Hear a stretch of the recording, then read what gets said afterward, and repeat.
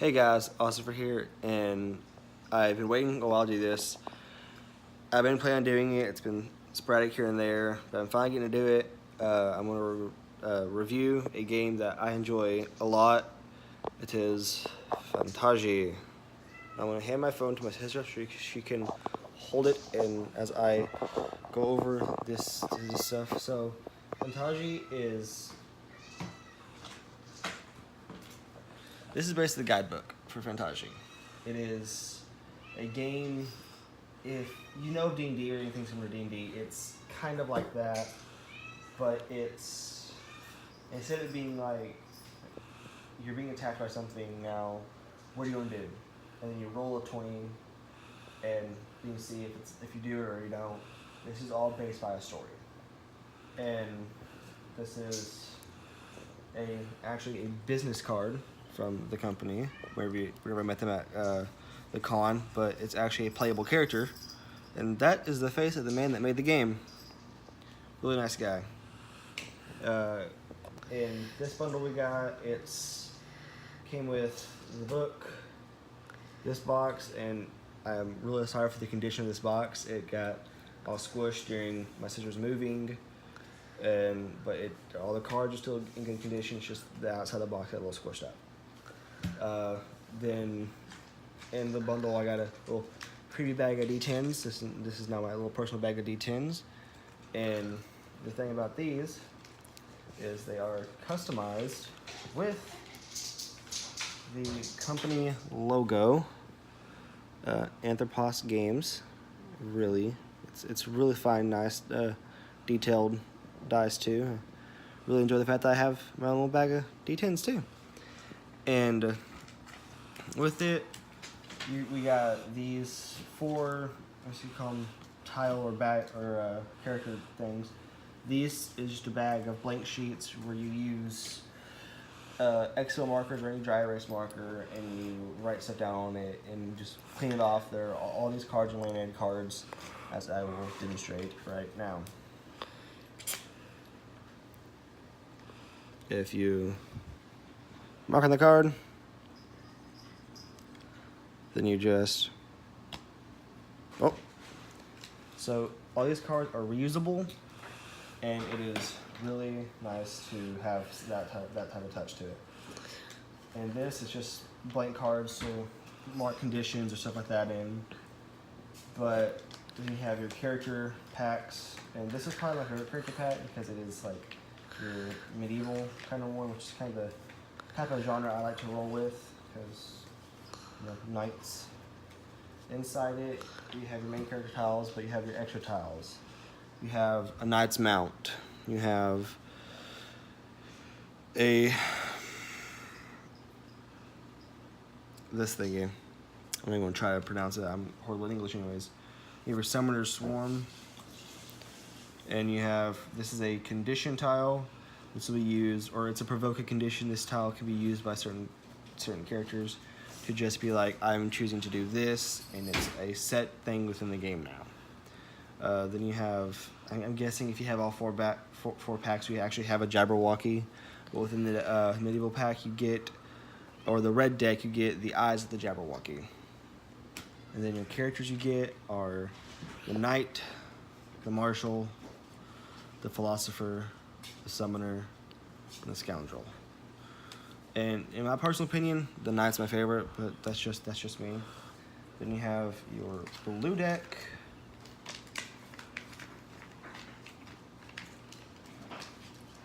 I think they're saying like your blue deck's more your steampunk Victorian era. Within this one, for your extra tiles, you have another thing I'm not even trying to say. You have your engineer's gadget. You get your vixen deco. And this is a condition.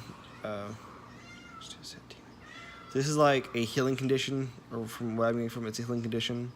And from this, you get the claw of the Jabberwocky. And in this one, your character tiles are the medic, the vixen, still think I'm going to say, and the engineer, and then the berserker. Now we're back to the start. And again, every single tile card is laminated, so you can just dry erase and rub it off. And then next you have your green deck.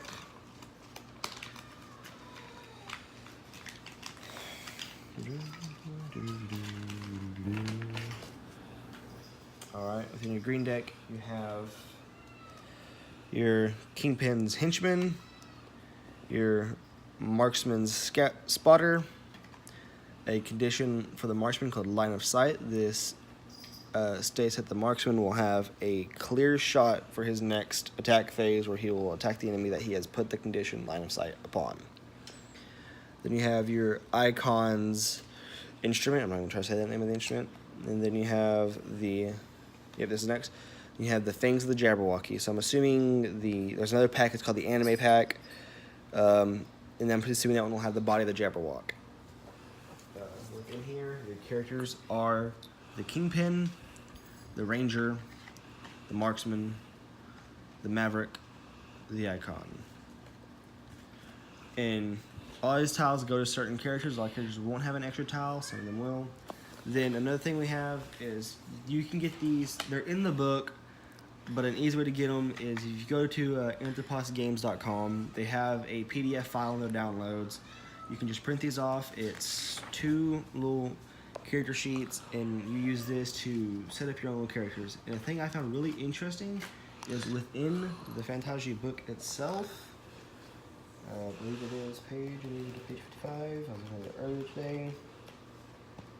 I haven't really given this book a complete read through, but I touched it today, so I've touched up on what kind of stuff to do. So there's a whole chapter about creating your own characters and the aspects of what the character is, and then on this one, this is your top settings. It's like your political, social, and personal aspects. So it's all set where you take a D10, you roll it, and whatever number you get on your D10 becomes your political, your social, or your personal aspect that you roll each time for each aspect. Then they have the same kind of base for the powers, I believe. With your skill, your assist, your training abilities, and familiars is all done with the same manner. It's D10s. You roll a D10, see how it goes. And I believe, I'm not even going to say that I think those are because I'm honestly not sure. And then a cool thing that the game does, it's been said by people who like do this stuff at the cons, that if you have this book, you can kind of play the game with index cards, with note cards. They even give you like, I believe it's page 79. Yes. Both these pages are entirely just, or this one is themes, this one's traits. So it gives you options of stuff you can put down on index cards and note cards just to make a character and stuff like that without even having to buy their actual pre-made characters. But it really helps to have these, especially for people who are new to the game and stuff like that, people who aren't used to making their own character before. Like, I've never made a character, like D&D character or something like that, so I'm not used to this kind of format. So I have no clue how to make a character, but I am more than happy always doing this. Now, a good way to explain how this game is played.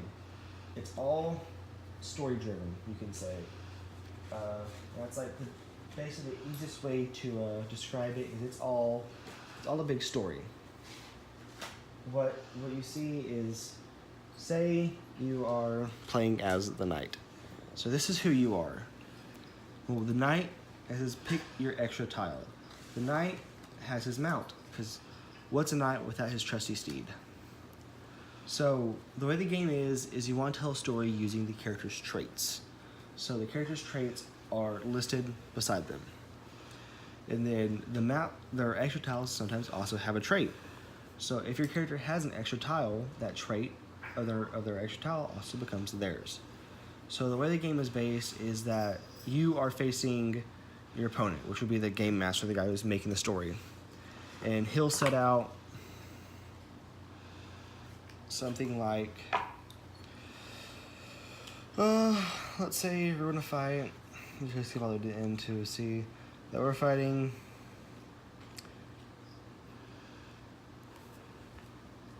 some enemy. I don't even care. So we have this enemy and the game master will put out these things called themes, and this what kind of sets the mood of the story. My favorite themes to really work with, to give a good example, are no.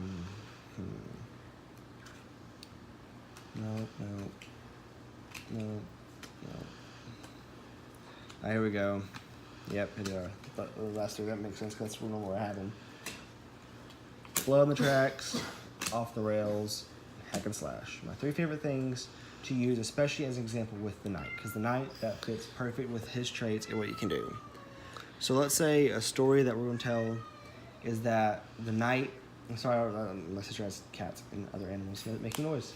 So let's say the story you're going to tell is that your knight, well, his traits are last man standing, heavy metal, and with his mount's trait added to him, he has a trait of knows no fear. So the whole base of the story is you want to roll off these, you want to kind of make a story, you don't have to directly say these words, but you can use them in a way that makes it sound like you're using these traits to make a story. So let's say that, the knight, he stood up and he grabbed a giant blade, so running in to charge at his enemies, just chopping them down, going mad with rage, throwing blood everywhere. So by saying that, you've used the trait last man standing because he literally stood up. Heavy metal, he picked up a giant blade, so you gotta imagine that giant blade is heavy.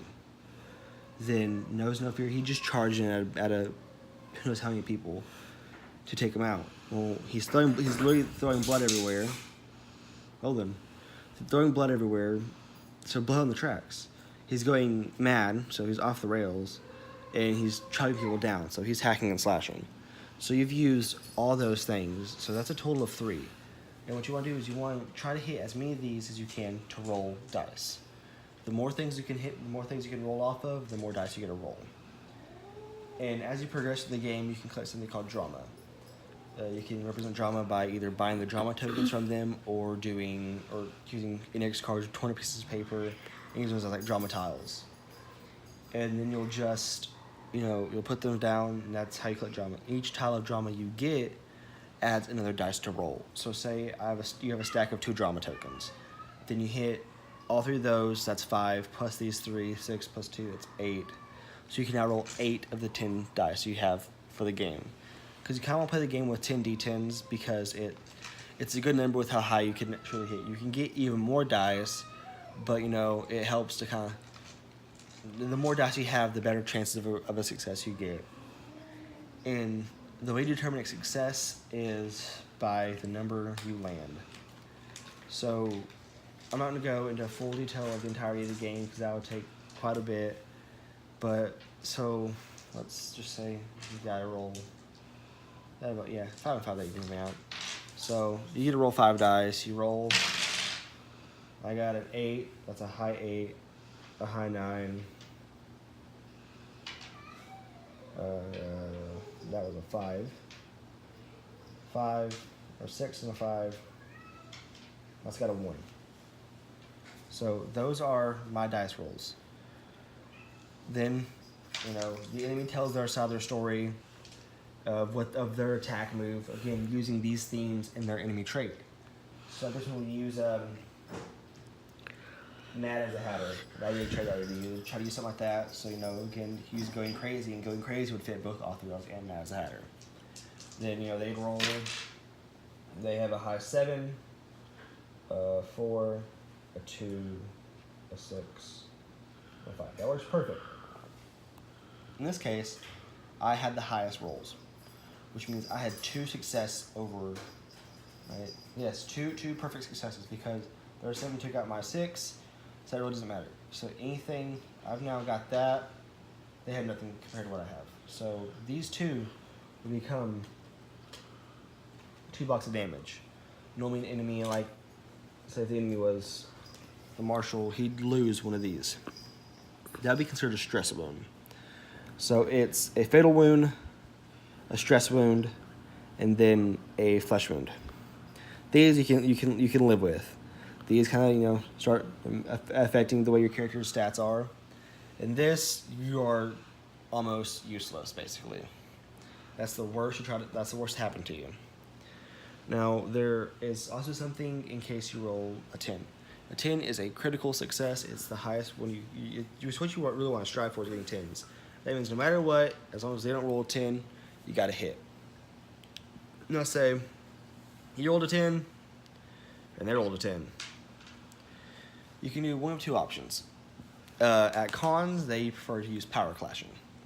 Both options are still called a clash, but this one's preferred as a power clash.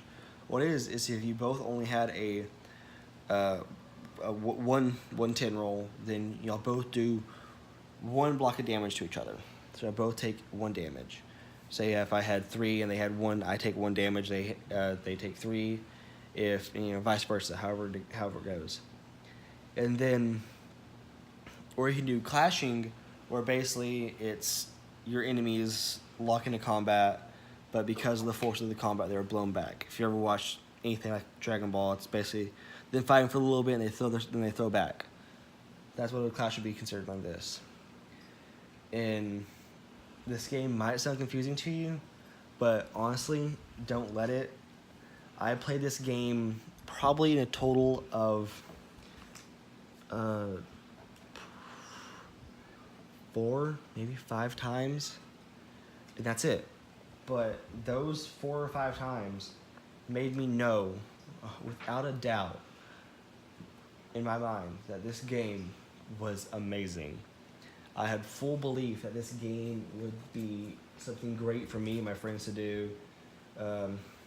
I knew it would be something awesome. My sister and her husband are really big tabletop game fans. I knew this would be something great for us to do, which is why we got this game. And I mean, the guy who makes it, he's a really nice person. He actually runs the booths at conventions, and he actually runs games. He'll actually go to a table and he'll run a game. He is super kind. He's really laid back. He tries to have fun with everyone. He's honestly really cool. I asked him if I could give him my number one day. It was last year's ACON, technically, the ACON 28.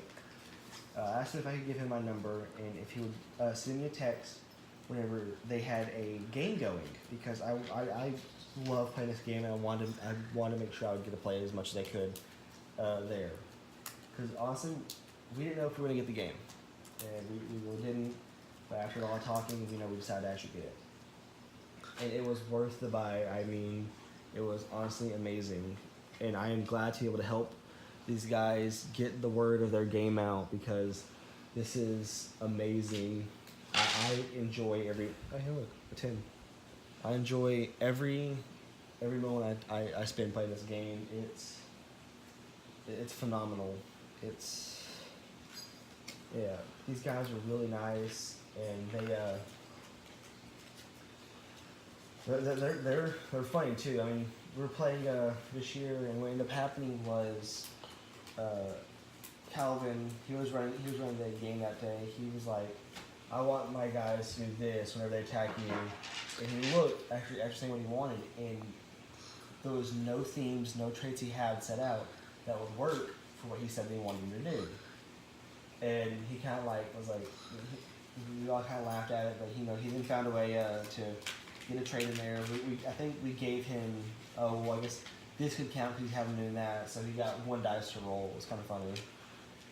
But now I'm going to kind of show off what these will be used for mostly. What you can do with these is you can make a whole new character. So you can put your character name here as it shows name there and what type of character they are. You can put their traits here. Or what you can do is you can set a condition. I don't know, a spell condition. I'm not going to deal with that. You can put a condition down saying so the way this game is the setting does not matter. It's all based off what you say. So if you suddenly said at one point, it's raining, so to do so, because your character had something involving water, say it's raining, and, you collected the water from the air or something like that, you can do that because it's never said that it's not. So unless someone says, I want to force a condition, which the game master would put condition, and you say what condition is. So say you want to So the condition was night time. So you want to make it a indeed fact that right now in the game is nighttime. So the game master or your opponent only has two abilities that the player does not have.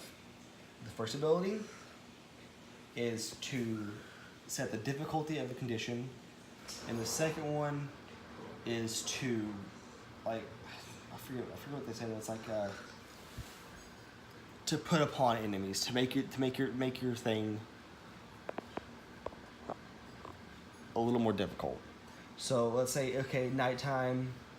Let's say to make that condition, the GM would decide between anything above a 3, anything above a 5, or anything above an 8. So it's like, okay, so say it's above a 3. Okay, a 1. This does not exist. So you didn't get it. It's not nighttime. I'm sorry, it's not. But say you rolled, say you asked the condition nighttime, you said 3 or higher, and you rolled a 4. Okay, let's say it's nighttime. I'll give it to you. But if you said 3 or higher, and you rolled like a 6 or anything above like 5, at this point you had like the biggest success possible. It's not just nighttime, it's like a full moon. Your character's like now completely energized. He feels, and they'll kind of give you a special, like, okay, you had a critical success on a high roll, on a low roll, which gives you more cred. And then it's the same with the drama. You'd ask for drama. You do the same thing. They'd set the condition of number and you roll for drama. If you failed, you don't get it. If you did good with the drama, you get, like, sometimes you can get 2 drama tokens for the ask of 1. That one just depends.